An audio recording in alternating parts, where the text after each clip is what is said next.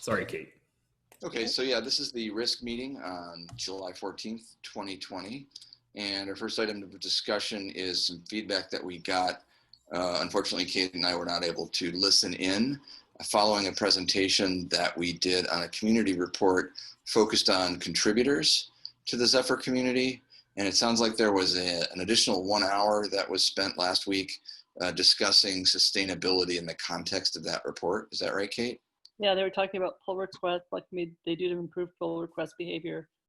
And, right now the community is working towards their next LTS to basically prune down their backlogs and improve certain behaviors in certain areas.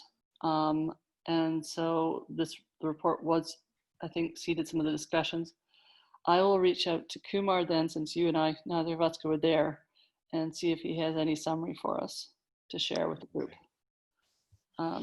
Because he was leading the discussions of the pull requests last Wednesday.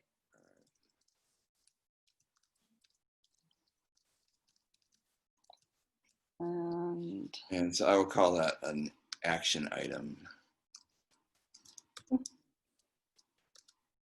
right, well, that's great. That's great to hear. I'm glad there was impact from that discussion. Should I share that report just briefly with the others on the call, Kate? Yeah. If you would, like I say, maybe after I drop off, if you want to share. Oh yeah, that's a good idea. And then go into more details, not so briefly, and they can have discussions with them about what you were hearing as well. Yeah. And then the review deadline, just so everyone knows, for metrics release has been extended to July 31st. So there is still time to comment on existing metrics, and I'm going to suggest we try to put a couple metrics under review, since most people wait till the end to review them anyway. The ones that I think we have ready, if folks are ready to move on, Forks is going to be released under common, if I understand the discussion from that working group last week correctly. Matt and Vinod, do I? Yes. Okay. And then the two that we had the most well-developed are pull request discussion and stakeholder influence, and we also have some work on code complexity. So do folks want to review, just look at kind of where those metrics are at and discuss and possibly do a little quick work on them?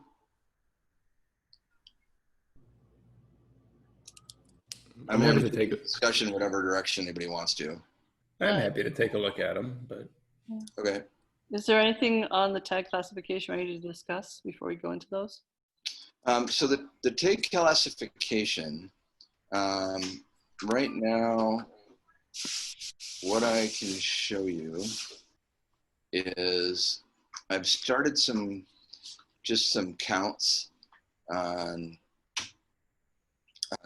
I've got the counts on which tags are most common, and I'm working out the query to identify the repo, the number of repos that use these tags. And so I can just share my screen and hope everyone can see it. It's a pretty small screen, so that should be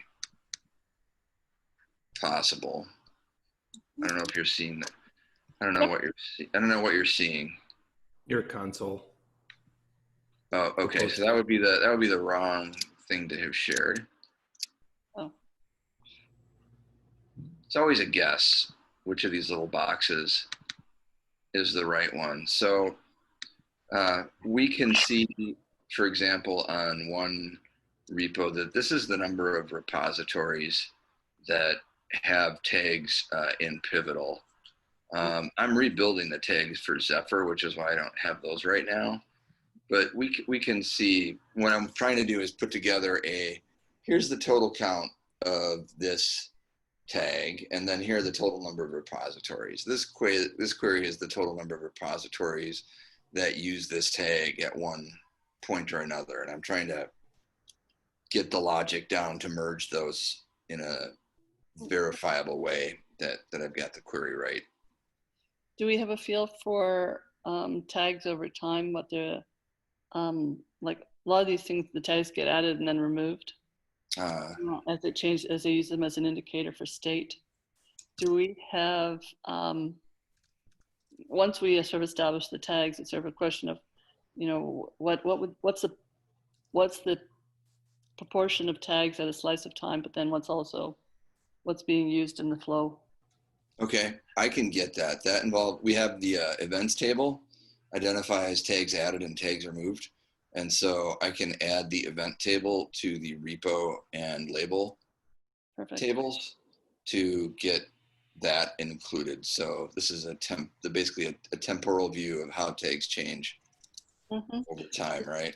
Right, because, you know, what's sort of interesting, one of the things I'm studying right now on the Linux kernel is I'm looking at the use of reviewed by, attributed by, and so forth, whereas in GitHub, it's, you know, putting these tags on is the way some of that stuff is signaled.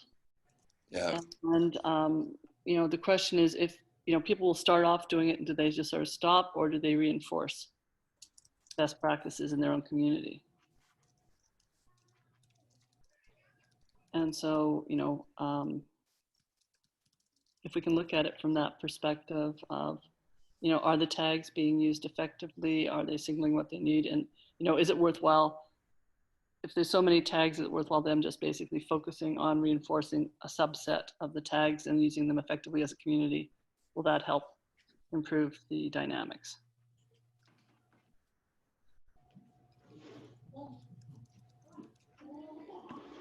I'm taking notes in my browser, but or in my query, but if I've been recorded, so Yeah. if you don't get the right, I'm not too worried. But yeah. What was the second point? Are tags being used effectively? And then you said one other thing that I missed when autocomplete went nuts. Listen to the recording, I guess. Yeah, okay, reinforcing. Okay. I think it was something about reinforcing practices. Right, yeah. And maybe using a subset of the tags. Right, yeah. So, you know, get a focus on a consistent usage to build the practice better. All right. Okay, yeah, that's kind of the update on tags. That work plods along. My Google Summer of Code students have kept me rather busy for the last month, as you may imagine. So, got anything else you want to discuss regarding tags, Kate? I'm just wondering, you know, from the aspect of risk, are there certain tags that we want to flag as being useful in the risk space or not? Because some of you could argue that some of the tag stuff might be common as well too. That's the only thing I'm wondering. Yeah, okay. Good, Matt's taking some notes on that.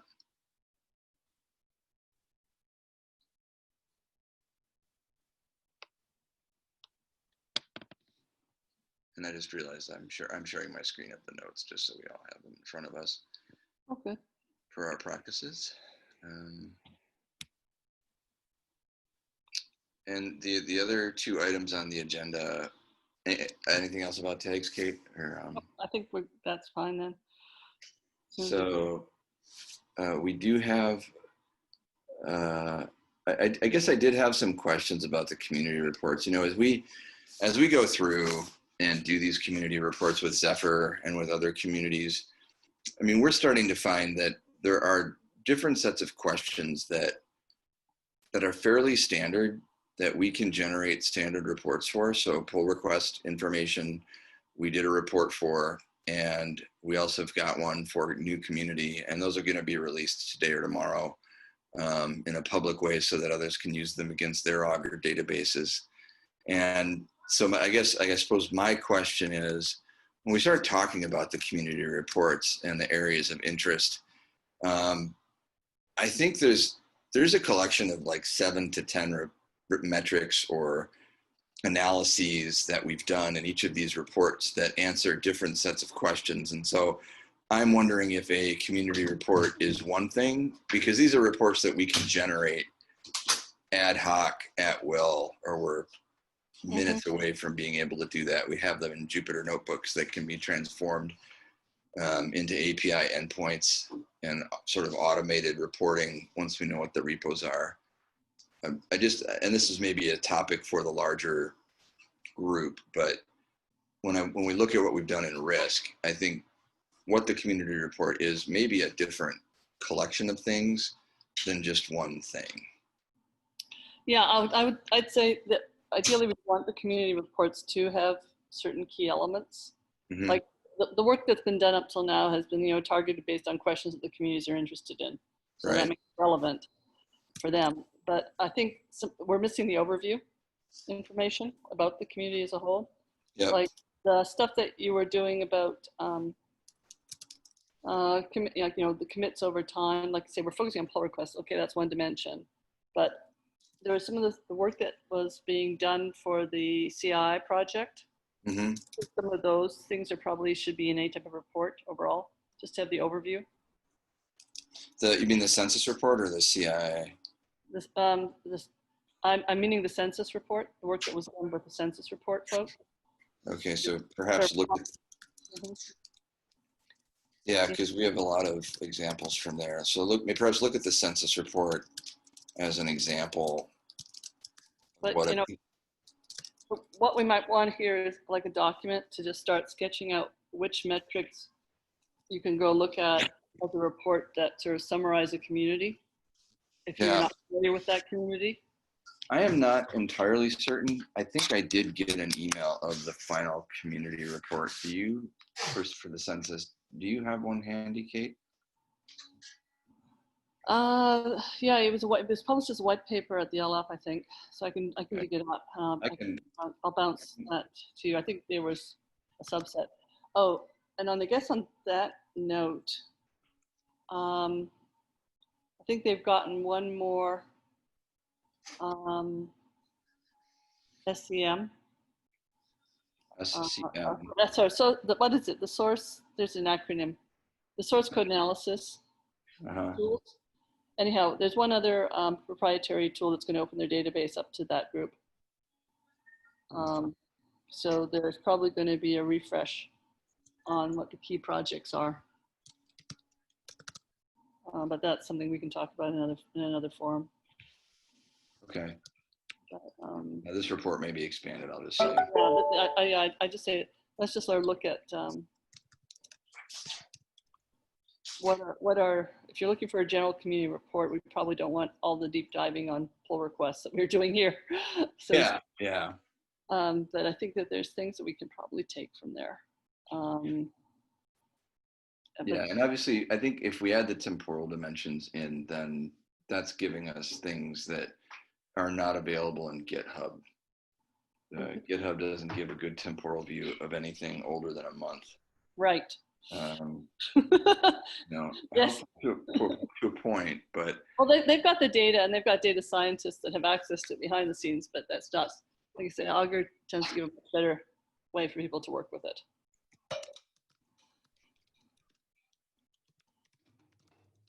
Because it's the trends that tell you that are useful for risk. Are things improving? Are they, are we seeing what's happening over periods of time? And then are any course corrections effective? How would we know about course corrections?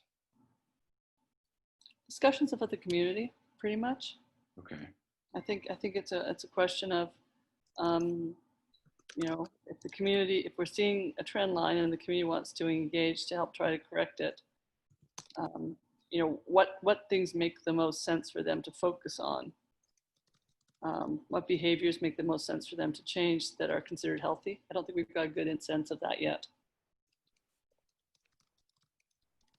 Yeah. Matt, what do you think?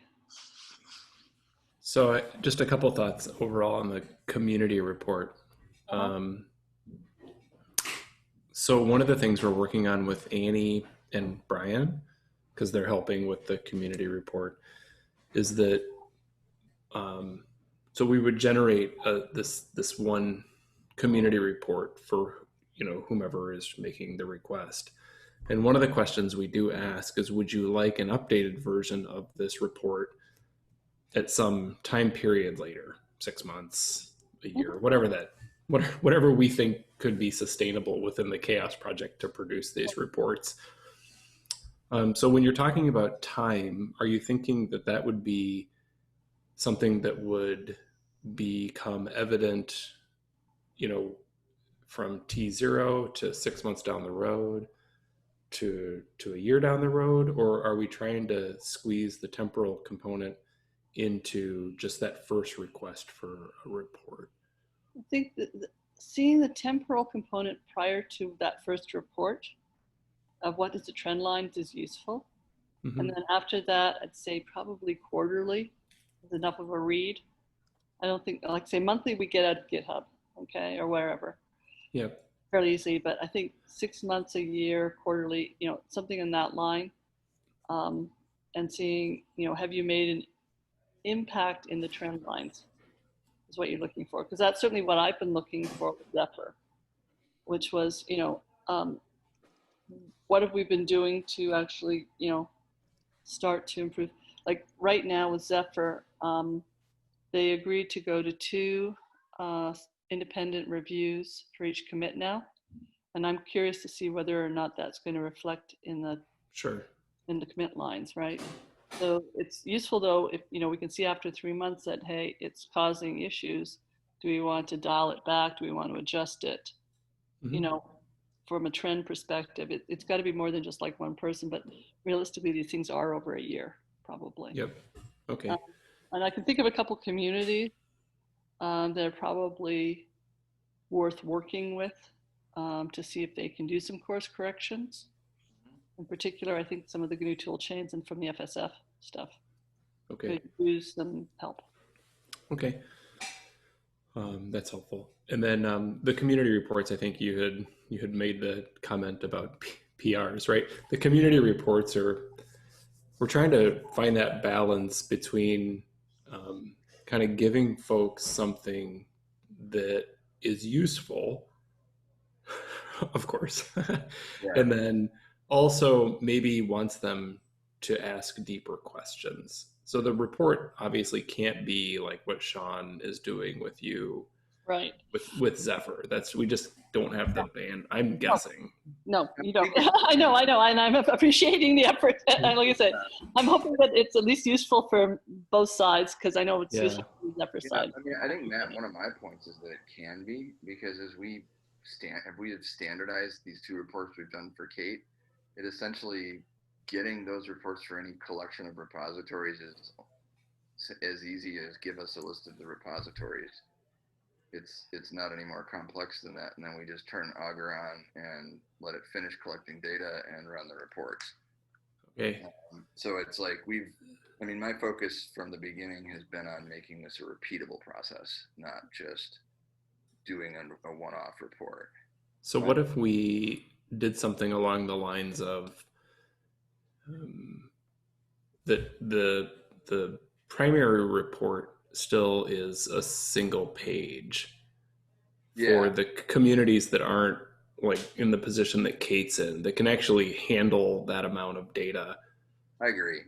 And then the thing that's missing from, if I'm remembering correctly, is this temporal component that we're not giving sort of a year or 18-month trajectory view in that standard report. Right? No, and we would, but the requester has to be willing to wait that amount of time.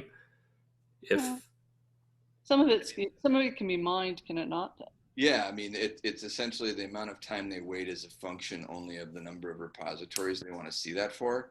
So Augur or GrimoireLab, any of the tools can go back and collect the entire history. And it's just a question of how long it takes to collect that data. And that's mostly a function of 2 things: the number of repositories, 3 things: the number of repositories, the number of commits, and whether or not there are more than one substantial commit in the history of the repository. So we run into occasionally repositories that have like one person refactors the entire thing and has a commit that includes every file in the repo in the middle of the repository's lifecycle. So counting that, like we always have to count that once. There's always that moment where they move it, right? But when there are multiple of those, that slows down the counting processes. So that's the only like mitigating factor in like most collections that we've done, we can count everything in a week or less, even with 3,000 repositories. It's where you get into some of these large infrastructural projects where someone has changed a ton several times that we get bogged, that the process just takes longer. And we don't see that in advance. We just like, man, this is taking a while. Yeah. The other thing to Matt's point is that once that history is mined and the trend is there to figure out if an action has been effective, then you're having to wait 6 months. Yes. Whatever, for getting the data set. Exactly. Yeah, that's effective, right? That was your point, Matt, right? Or am I mistaking it? It was. It is. So like if they want to see how their interventions are making change. You have to let some time go by. And so the request for periodic updates makes sense. Yeah, and I'm honestly, I'm being a little stubborn on the one-pageness of this report. Just because I want this to be and I could be wrong, but the thought is that this is a PDF that's shareable, easy to understand by folks that are deep technologists in the community, but also perhaps managers in a company that have participants. And if you want to know more, we can always give you more. And so if we go back, if we mine 13 repositories for a year, I don't know how we would fit that. No. Like on a page. Well, so do you have I'm gonna have to drop, unfortunately, but do you have a sketched out page of what you think you want on that one page right now? I have a sketched out page in terms of layout, but it's open to what the metrics can be. I know, but let's put something together and start throwing darts at it.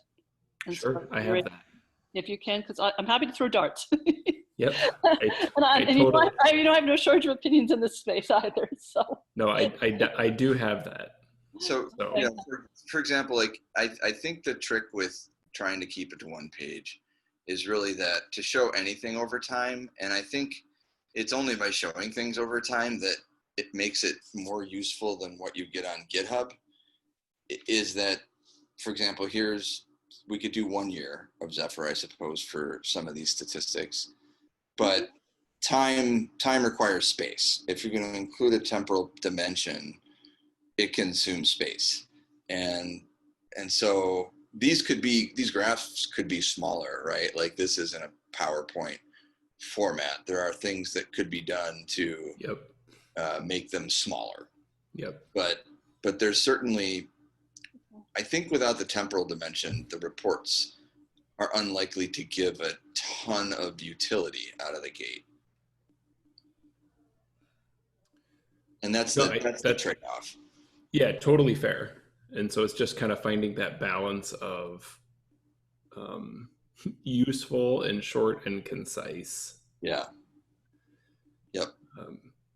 And so as far as the metrics go, like which ones actually would end up on the community report, I actually don't particularly care, as I would totally defer to the work that's going on in risk or evolution or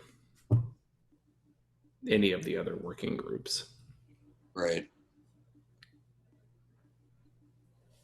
So I'm impartial to that. And I think we're meeting with Annie today or tomorrow or Thursday. I think our next meeting, it's an every 2-week meeting and we didn't meet. Oh, it's on Thursday. It's on Thursday. Yeah. Okay. So we can have some of this discussion then. Yeah. And I know Kate needs to drop off, or she already dropped off. Yep. Okay. All right. So with Matt and Elizabeth and Vinod, are there the 2 other things I have are just, I can show you the community report on contributors, which is new since the last time, if you're interested, or we can discuss the couple of metrics that are moving toward release. So either is fine. The metrics, like I'd recommend that you wait until after July 31st to have the metrics that you're talking about be part of the continuous cycle. Because Kevin has kind of closed the like website / window. But with the review period, okay. Yeah, so like everything gets a month review at this point. And so this is the period of not contributing more metrics. I don't know if that makes sense to you, but Yeah. The process has been evolving. I was hoping to throw a couple of metrics into the pool since people do most of the reviewing at the end, but that's fine. We can wait until after the release and do these as mid-release metrics. yeah, because then that would help Kevin just workflow wise. So this is like, it appears that the way that it's worked out is like every twice a year, we kind of have a 1 month window where no metrics will be released. Okay. It's kind of how it ends up. All right. I didn't understand that little nit, but understood. So But can we work on refining them during that time, just like in yeah. the Google Docs? Of course, yeah. No, you can't even look at them for this 30-day window. You can't mention them. It's like Voldemort. Yeah, I don't have insight into Kevin's process, but so we'll take your word for that. Well, you have insight now. Yeah. Okay. Connecting the continuous metrics release with the regular release was a little bit trickier than I think we thought it was going to be, process-wise. Fair enough. We'll just our next meeting will be very close to the end of that review period, so I think we can get ready to put them out. Do we want to talk about them, or do you want to see the contributor report, or the new community, the contributor report, which is of preference to the group who remains? For me, if the community report might have some candidate community report metrics, that would be super interesting. Sure, think it does. Okay, so this is Zephyr contributor analysis. Loading.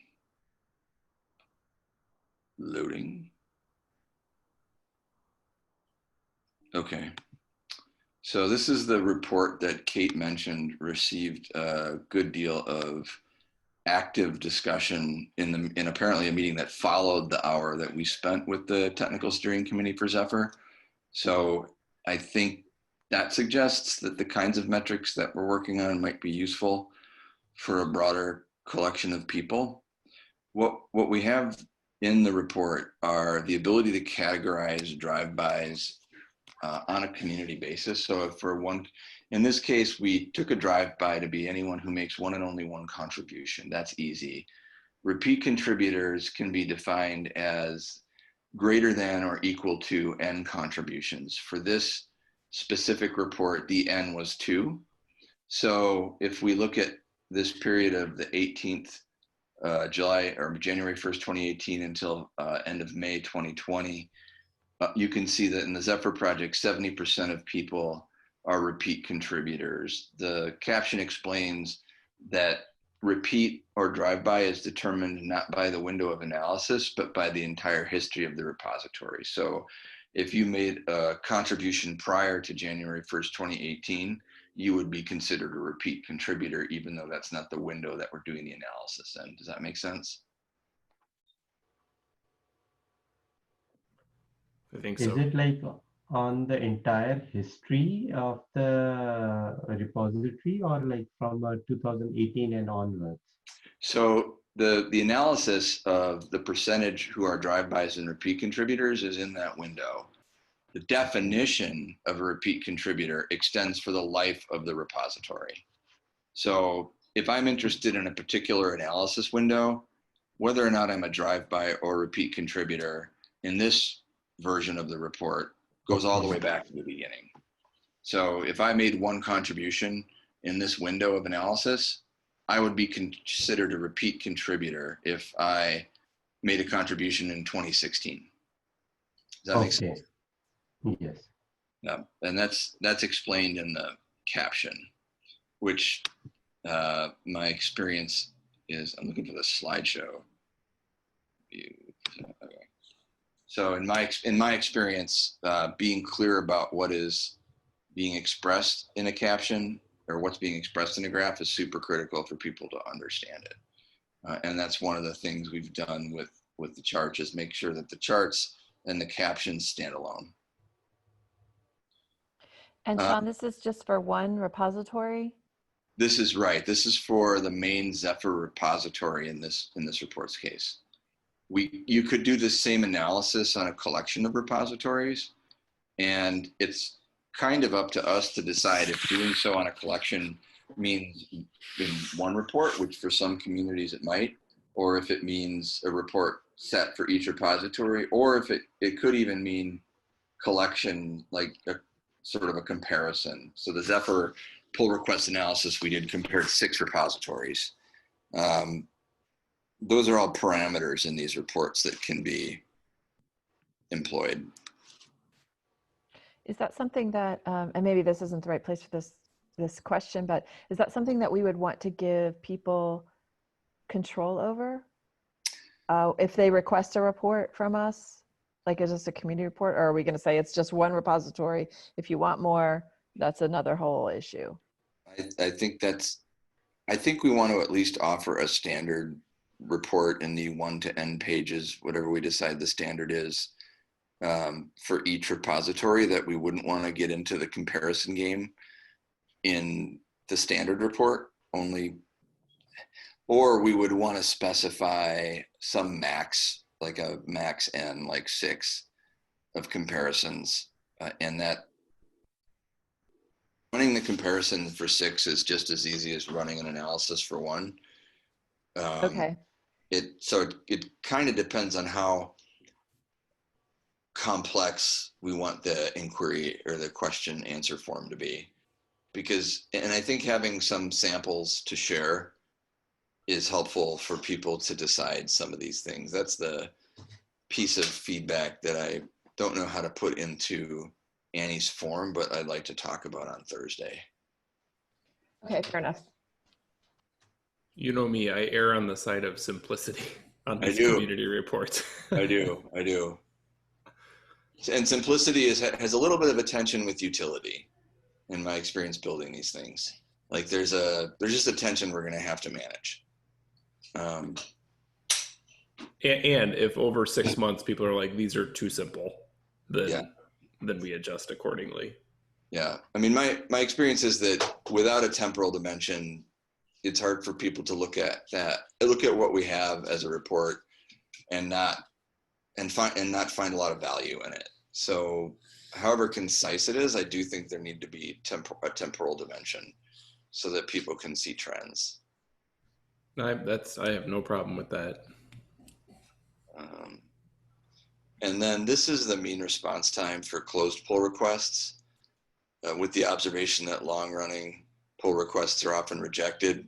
And you can see what the numbers at the top are the total number of pull request contributors per month, and the repeats are in orange and the drive-bys are in blue. It's ordinary, given the nature of the data, that the drive-bys are going to, the repeat contributors are going to sort of slightly tip towards 0 in the most recent time period of analysis, simply because the closing of pull requests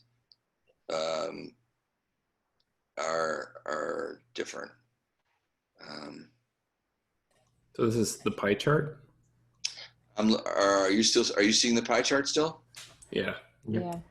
Why is that the case? All right, let me exit presentation mode. Perhaps I went to the next slide, but you still see the pie chart. Yep. All right, I have the imperfections of Google Slides. I could see the availability of the other slides. Like, I see. I see. When I put it in presentation mode, it creates a different window. I see. Yeah, we didn't see presentation mode. We were still in just the regular. Yeah, of course, because it created a different window. I apologize for that. Let me, I was trying to make it easier to read, but let's assume it's sufficiently easy to read, and I'll go back to what I was showing you. Hey, Sean, can you, sorry to interrupt you. I'm not sure how this relates back to the risk piece of it. So risk, one of the elements of risk is my community likely to continue to draw new contributors in? From a Zephyr perspective, they are very interested right now in increasing the number of people who contribute to the project, because the number of companies depending on it and its use is growing at a greater rate than the number of contributors. So I think the understanding the nature of the contributors for that project, which is in high growth mode, is a high priority. For other projects, there may be different metrics that they pay attention to. In fact, Okay. I know that different projects, Twitter was extremely concerned about ensuring the global diversity of their contributor base. And so those were questions that we focused with on them. There's probably a family of things that projects are interested in, and increasing the diversity of pull request contributors is one that I think is pretty common in high growth communities. Would there ever be a case where that increases the risk because you have just all these new people that don't understand maybe the context of the, the project, maybe they're introducing bugs just because they don't, there are all these new people that don't have the history or whatever. Is that ever a case?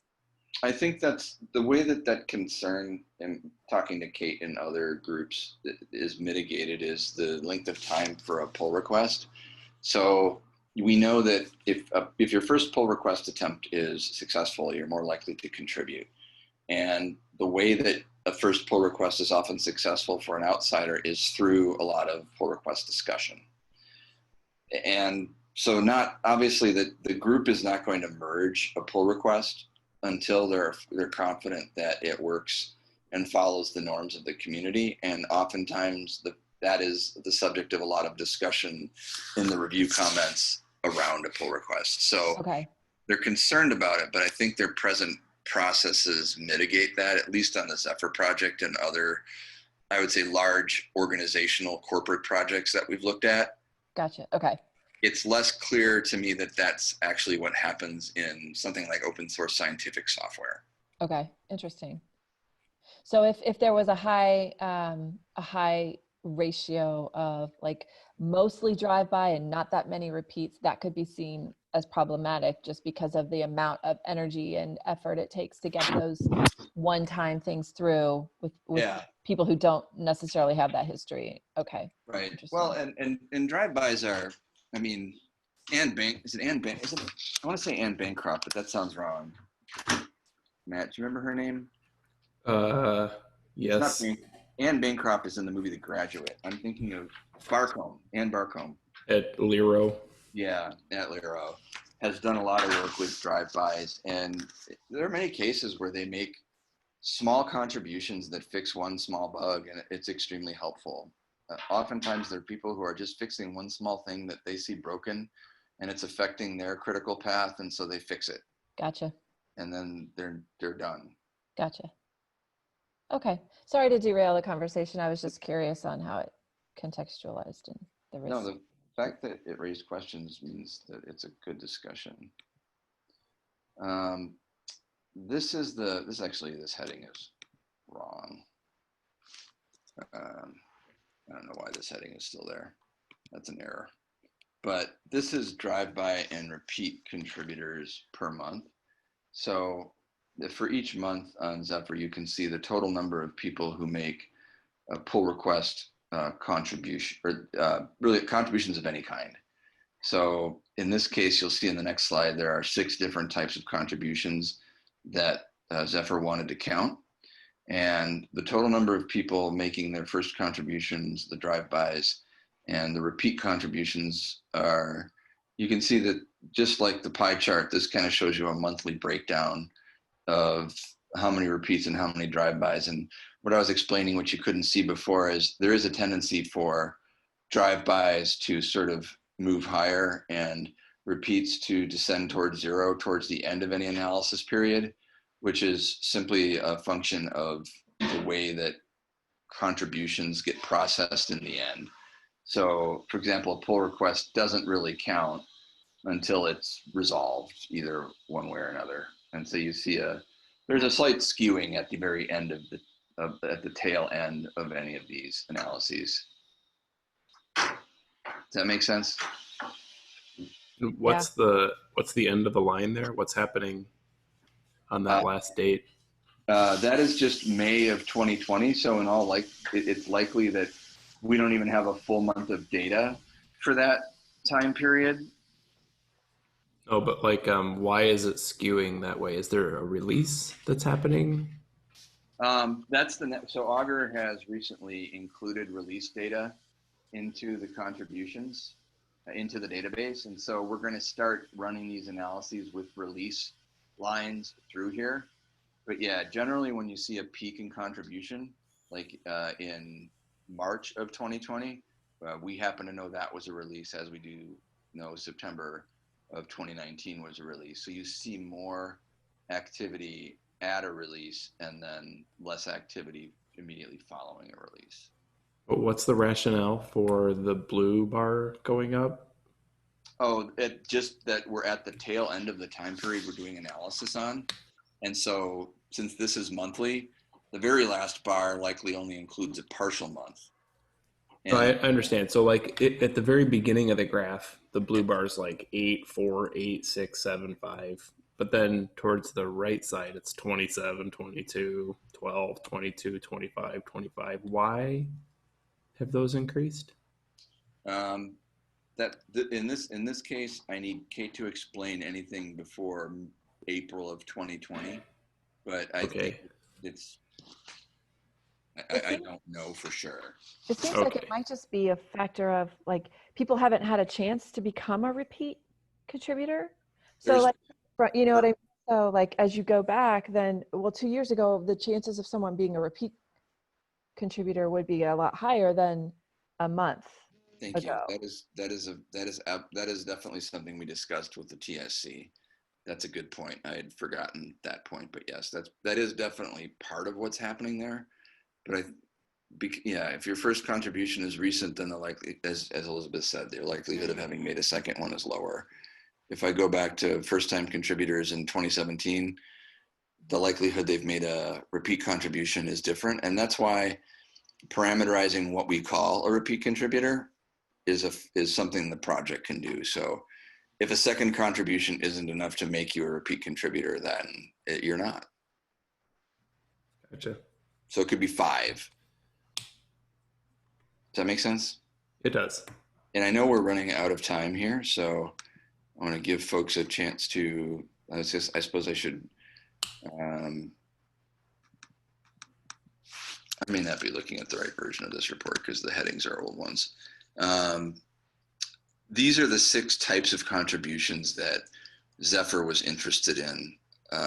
Commenting on issues and pull requests are 2 of the events that one might reasonably say, I don't consider that a contribution. I just want to look at opened issues, closed issues, and pull requests, or commits, for example. And commits are definitely a function, except in some very isolated cases of core contributors directly committing code. Commits are definitely a function of pull requests, not shockingly. But this gives you a sense of the type of contribution being counted in each of the bars on the previous page. And that is also a parameterizable factor. So one of the things I'm thinking about, and I know we're out of time, but is for the community report, obviously like what you're showing in slides 2, 3, and 4, and I'm sure 5 and would go on. Yeah, right. Are 6 little slides. So what you're showing are obviously visuals that are taking the CHAOSS metrics or CHAOSS defined metrics and combining them in ways that are more meaningful than just looking at the metrics in isolation. Yeah, and so the thing we're adding is really, I guess, time. And I guess issues and pull requests are separate metrics and comments are separate metrics. So right, we're integrating, we're essentially taking, so there's a couple ways to look at it. One is contribution is a filter, has filters for all of these things in it. But we also have separate metrics for pull requests and issues around and commits around each of these things as well. So it is a synthesis of pull request metrics that are more consumable than any of the discrete metrics by themselves, because we have time added as a dimension in addition to a useful agglomeration of multiple metrics. Right. So what I was thinking for the community report is, you know, I've always kind of had that just arbitrary, like 9, 10 metrics, whatever it might be, but I'd always been kind of thinking about them as discrete metrics. Mm-hmm. But in fact, maybe the better way to think about it is, listen, here's a couple, like the view that you have in front of us right here. Here's a view that is a collection of these metrics, or it's a view that brings together a lot of the thinking that has come from the CHAOSS project. Exactly. And so then if I stick with the one pager would only have, say, 4 or 5 of these views, right? Like what you're showing here. Under the hood, it actually is accounting for like 15 different metrics. Right. So that the decode, like the back page, could be a listing of all the metrics that are incorporated into this report. Yeah, and say here, but we don't want to show them as discrete metrics because alone they're not super useful, right. But collectively they really start providing insight. So then the report is like that 4 kind of these composite views, and then I like the idea of a glossary at the end or something that says, you know, just here are all the discrete ones that are behind the scenes. Right. So, okay. It's a good idea. All right. So I don't know what's on the agenda for the 11 o'clock meeting. I will probably be in a car for it. Okay. I'll have my laptop available. I won't share screens, but these links are public. And if there's any of this that you want to, I'm not saying you have to, but if there's any of this that you do want to share, I don't know what else is on the agenda, but if there's any of this you want to discuss during the meeting, feel free. I'll have it at my disposal. I just won't. Did you drop this link in the? It is in the notes. Yeah, this one notes. is okay. This one is the. It's this chaos. It's the community. Okay.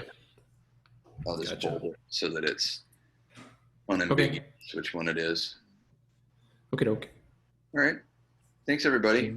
I will call this meeting to a close since we're 5 and 6 minutes over now.